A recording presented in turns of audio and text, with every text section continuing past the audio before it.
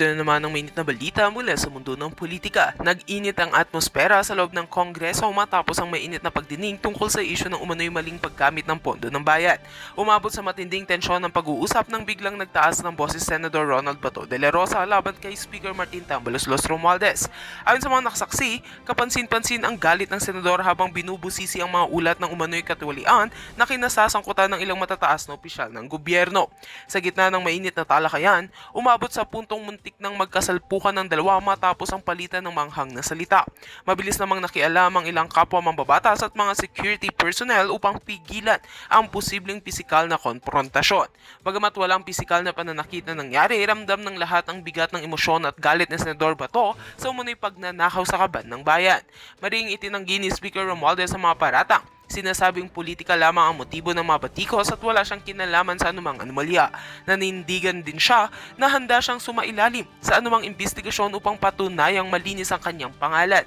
Samantala, hinikayat ng senador ang mga kapwa niya opisyal na seryosohin ang paglilinis ng gobyerno at huwag takpan ang mga katiwaliang inuungkat ng publiko. Dahil sa insidente, umapila ang ilang mamamayan at grupong sibiko na panatilihin ang kaayusan at respeto sa bawat pagdinig sa Kongreso. Nananawagan din sila ng masusing investigasyon sa mga ligasyon upang masiguro na ang katotohanan lamang ang mananaig. Sa kabila ng tensyon, nagpatuloy ang pagdinig upang tugunan ang panawagan ng taong bayan para sa hustisya at katapatan sa pamahalaan. At yan nga ang mga balitang ating pagkakatutukan, at kung bago ka pa lamang sa aking channel ay huwag kakalimutang mag-like, share and subscribe para updated ka sa mga bagong balita dito sa Tatak Pinas.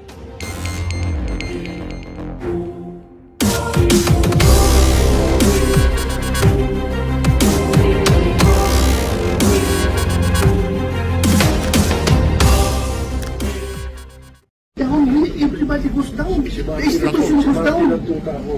Kaya... Maniwala kayo. Si Martin ang tuta niya, bakit ayaw niyo maniwala? Hindi ba halata? Ano na naman hubang iniiyak nitong senior citizen na bulldog nitong si Martin Romualdez?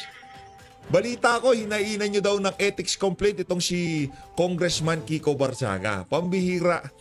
Yung mama na kung saan siya ang tinuturo na pasimuno ng insertion mula 2023 hanggang 2025, nandun sa Amerika, nagpapakasasa. Bakit hindi ang si Zaldico ang hainan nyo ng ethics complaint, mga walang hiya kayo? Si Zaldico na kung saan pinaparatangan na naglabi na dyan sa Department of Agriculture na mag-import ng isda. Si Zaldico na di umano kasama doon sa mga falsipikadong flood control project contractor, bakit hindi siya ang hahinan nyo ng ethics complaint?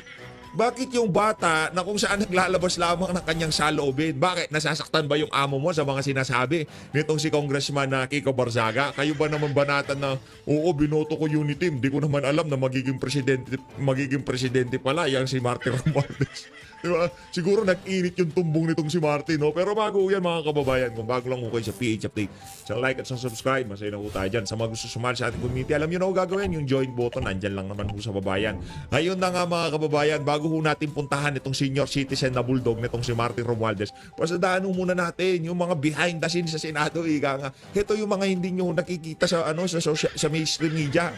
Sa PH Update nyo lang ho makikita, kaya naman 985,626 subscriber na ho tayo. Konti na lang, magna 990 na ho tayo, mga kababayan.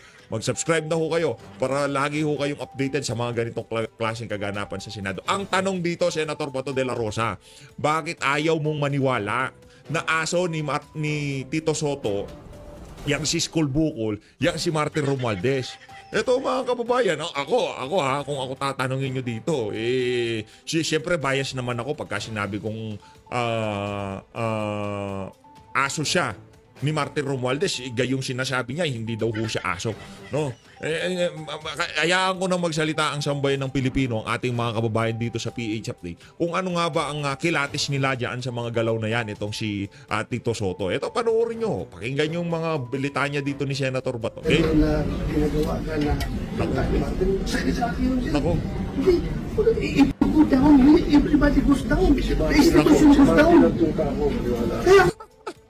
Maniwala kayo. Si Martin ang tuta niya, bakit ayaw niyo maniwala? Hindi ba halata? Pambihira talaga itong si Senator Bato de la Rosa. Sen ba to? Maniwala ka.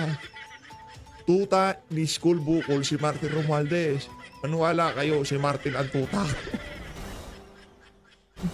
Kaya nga, pinapakita ng ginawa kang tuta ni Martin. Masakit sa amin nun. Kaya ka minority kami. Yung pro kami masyado. Ayan, ulitin ko ha. Ulitin natin. Ika nga uninterrupted. Pakinggan nyo ho yung mga napakalalambing na mga litanya nitong si School Bukol. Manuwala kayo. Ito ganito pagkasabi. Manuwala kayo, si Martin ang tuta ko. Ito, pakinggan nyo mga kababayan. Ginagawa ka na tuta ni Martin. Sakit sa akin yun siya. Hindi. If you go down, everybody goes down. The institution goes down. Kaya nga. Pinapakita ng ginawa kang tuta ni Martin. Ano yan? Bulaga? Joke time. Ganun. Parang ng Pedro yung ganun. It's joke time. Ganun ba yun? Ano yung bulagaan? Ganun. Ano yan? Pinoy henyo? Sino? Tao ba to? Tuta ito, tuta. Tuta daw niya si Martin Romualdez. Wala. Pagka napanood to, share nyo ito mga kababayan ha, para makita ni Martin Romualdez na kayo, baka hindi, maganda i-share nyo para makita ni Martin Romualdez na yung ipinapakita niya na bataan niya, sinasabi ngayon, ang tuta daw niya, itong si pagka nga naman tinamaan ka ng di ba? Pambira talaga, oo. Tuloy natin. Masakit sa amin nun. Kaya ka minority kami. Yung pro Sen ba to? Maniwala ka na. Sa maniwala ka at sa hindi, tuta niya si Martin. Bala nga kayo dyan. Eto na. Eto na mga kababayan. Anak ng toko, wala akong nagawa itong si Janet Garin. Na corner ho siya nitong si Kiko. Ito mga kababayan. Si Libanan nasa likod. Sino kaya ka-text si Libanan? Ang sabi siguro ni Libanan, boss, areglado na. Nasampahan na ng impeachment, ng ethics complaint ito si Kiko Barzaga. Ito, okay na boss, okay na. Ito, maging ganun natin mga kababayan. Game. Kayo po na nakaupo, subukan nyo namang tumayo. At baka meow. Magbabago ng House of Representatives. We will bring justice into this corrupt system. Yun, sinasabi ko, we will bring justice. Pagka tinanggal nyo ng congressman niya si Kiko Barzaga, doon kayo matakot. Sinasabi ko sa inyo, itong itong bulldog na to ni Martin Romualdez, itong senior citizen na bulldog na. Nakita na ho ba kayo ng asong bulldog, yung malaki yung mukha? Yan, ganyan na ganyan pagmumukha. Yan yan ho talagang attack dog. Ay, yung tipong talagang palong-palo ho yan. Hindi ko alam kung anong kinagagal niya. Namumula to, ma'am. Kalma lang kayo po na nakaupo, subukan nyo namang tumayo. At baka meow. Magbabago ng House of Representatives. We will bring justice into this corrupt system. Yan sinasabi ko. Palakpakan natin. Itong si Congressman Kiko Barzaga, palakpakan. Alright. Ito pagka tinanggal to ng pagka-congressman, pagka lumabas sa kalsada to, malaking ito ang magiging mukha ng mga rallyista sa kalsada. Itong si Congressman, anak ni Congressman P.D. Barzaga. Idolo natin tatay niyan. Sa totoo lang kahit nadilawan yon, magaling ho yun. Panoorin nyo ho nung hearing ng mga ABS-CBN. Hindi ko alam, hindi ko kilala ng personal yon. Pero kasi yung nakatandem ni Senator Rodante Marcoleta noong hearing na yon, talagang mahusay ho yang si Congressman P.D. Barzaga. Sa totoo lang, nahusayan ako. Kung alam nyo kasaysayan ng mama na yun at mayroong mga bagay si Congressman P.D., di ko alam. Pero ang sigurado ko dito, mahusay na abogado si Congressman P.D. Barzaga. Game, tuloy natin. Punta na ho tayo dito sa... Ba't galit ka na? Ba't galit itong asin ni Martin Romualdez na ito? Huwag ko kayo magalit, sir. Kiko Barzaga, no? Yan. Okay, background nito ganito. Yan. Ang tatay ni Nag-post. Congressman Kiko Barzaga is the former Congressman P.D. Barzaga, Elpidio Barzaga. Kilala niyo siguro yan. Batikan na congressman, matagal na andito. At saka masigit pa doon, kasama ko na nag-umpisa ng NUP. So, presidente namin sa NUP na pagkatagal-tagal, si Congressman Barsaga. So, mataas ang aming paggalang sa kanya. Totoo yung aming pagmamahal sa kanya.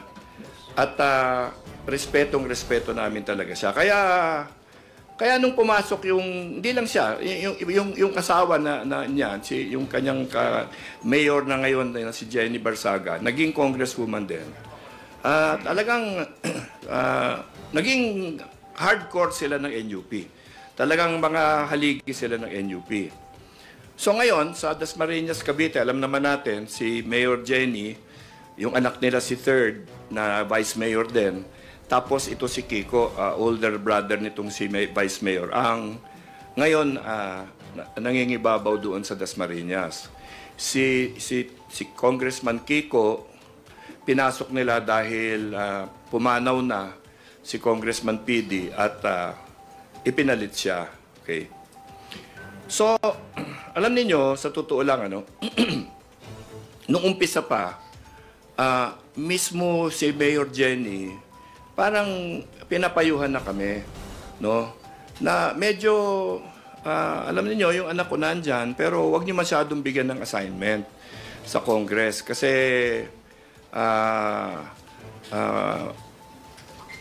mahirap i-control yan, sabi niya. Sabi, hindi naman kami nandito para i-control yung members namin. So, okay lang yun. Tsaka anak siya ni PD, kaya inisip namin, dapat talaga, alagaan din namin kasi parang, anak na rin namin yan. Ganon. So, dumaan ang mga panahon, wala naman, nandyan lang siya. Kung tanungin nyo, yung mga ibang mga congressmen sa Cavite, at, kadalasan nag-iisa.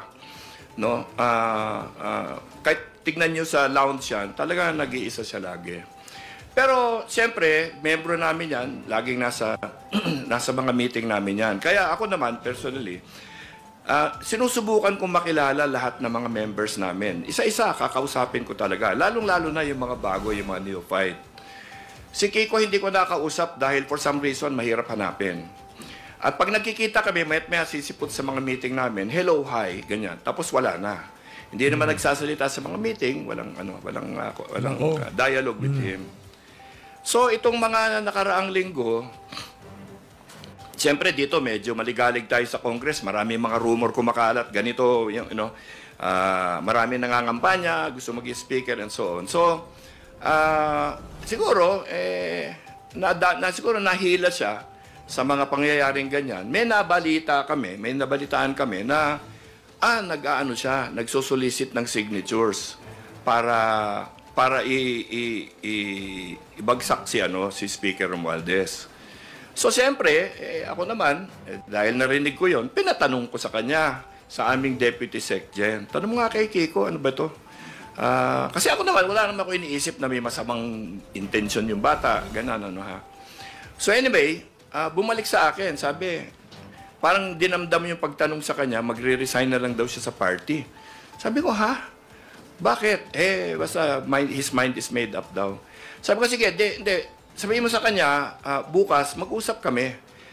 Let's talk. Kasi hindi pa nga kami nag-uusap iwanan niya na tayo. So, mag-usap man lang kami kahit na exit interview kung talagang desidido siya. So, okay. Nag-arrange kami, 2 o'clock meeting kami dapat. Nasa opisina ko mas maaga. 1:30 nandyan na siya. No? So, tinanggap ko sa office ko. Sabi ko, Kiko, sabi ko, ano nang nangyari? No, I'm leaving the party. Nga, I heard. Sabi ko ganyan. Sabi ko, your father was one of the real founders of this party in 2011 also. At you might want to reconsider. Kasi kung hindi naman ganun kalalim, yung mga problema mo with the party, baka we can fix it at saka wala naman ako naririnig na problema. Sabi niya, no, wala namang problema. It's better for you and for me that I just resign. So, ay niyang explain bakit. Really? Sige, well, Kako, if that's really your decision, Kako, I wish you well. Good luck with whatever you're going to do. Okay? Pagbaba ng opisina ko, dumiretso pala dito.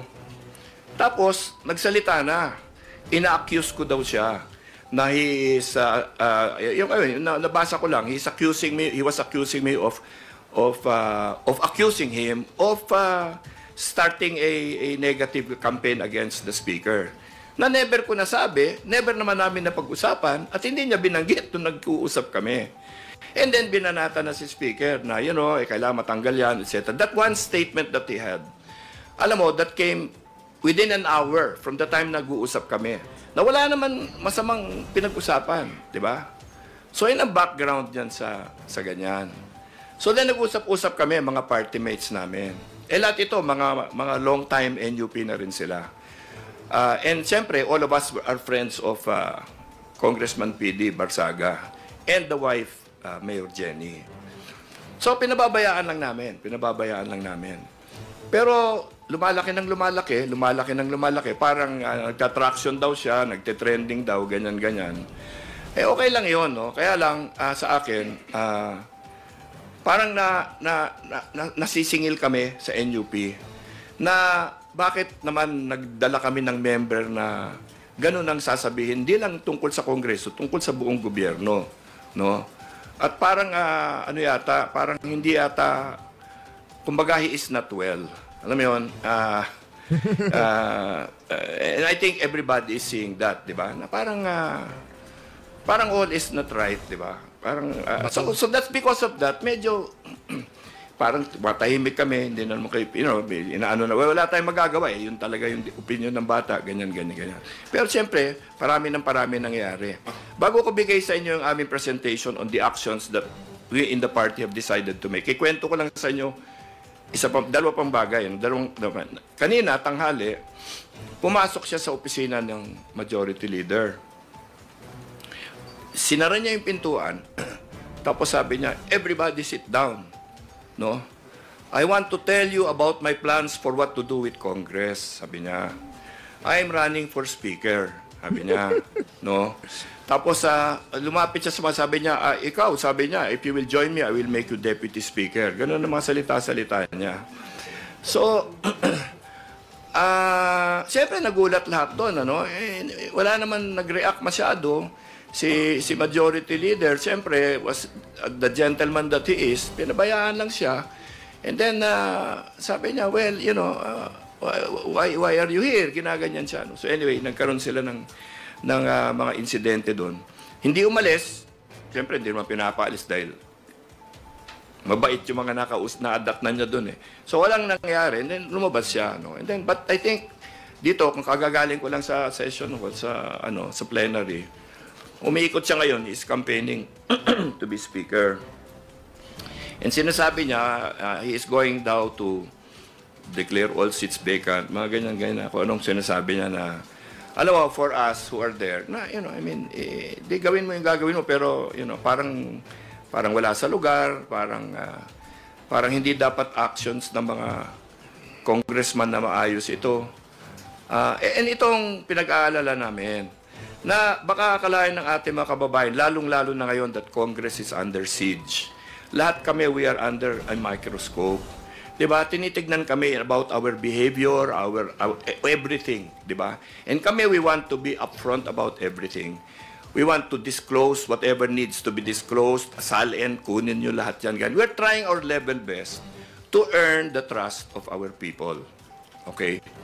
So medyo mahirap itong biglang may papasok na gito that will distract everybody from the serious stuff that we are doing, and with misguided behavior will direct the people's attention to things that are not true, to things that are not proper, and to things that should not be discussed in a responsible gathering like Congress. Okay?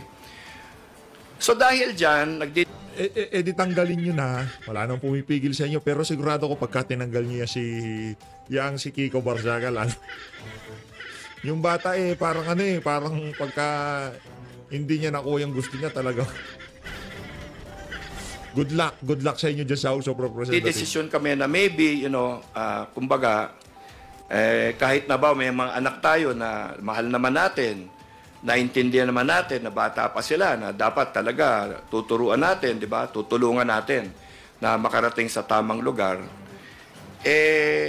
may panahon na talagang ang damage na ginagawa ay lumalabas na sa ating bakuran. No? So this is not just a damage to NUP anymore. Kasi kung yun lang, talagang pagpapasensya namin lahat yan dahil alang-alang sa kanyang tatay, no? But the damage is going everywhere. No? Tinitira yung Senate President. Tinitira yung ating Senate President pro tempore who is the head of the Blue Ribbon Committee. Tinitira lahat ng cabinet members, yung Justice, yung DILG, yung DPWH at a time, when it's a very sensitive period, not just for us here in the House of Representatives or DPWH, but the whole country. Kasi we have to resolve this issue of the, mga flood control and so on. And hindi maganda na Hindi naman para ma-resolve. Nandiyan kayo talaga para hanggat maaari, ma-absuelto yang si Martin Romualdez. Huwag na tayo maglokohan dito. Ito naman si Sir. Dinadaan mo pa kami sa mga sugarcoat mo na yan. Anong to resolve the issue? To resolve, ano re-resolve nyo? Kung resolve, kasi pauwiin nyo si Martin, si Zaldico, yun ang, doon pa lang mariresolve. Pero ngayon, yung ginagawa nyo na yun, walang resolve na nangyayari dyan. Sino ngayon, pagkakabala nyo, yan si Kiko Barzaga. Totoo naman sinasabi niya. Bakit ba kayo nagsasalita ngayon? Dahil nasaktan niyang si Martin Romualdez. Real talk lang, huwag na tayo maglokohan dito. Yun ho talaga ang nangyari. Nasaktan si Martin Romualdez doon sa birada ng mga bata. Real talk. Babo yan, natatabi, and then kung ano-anong mga lumalabas na parang hindi naman seryoso, kundi ang balak lamang is manggulo.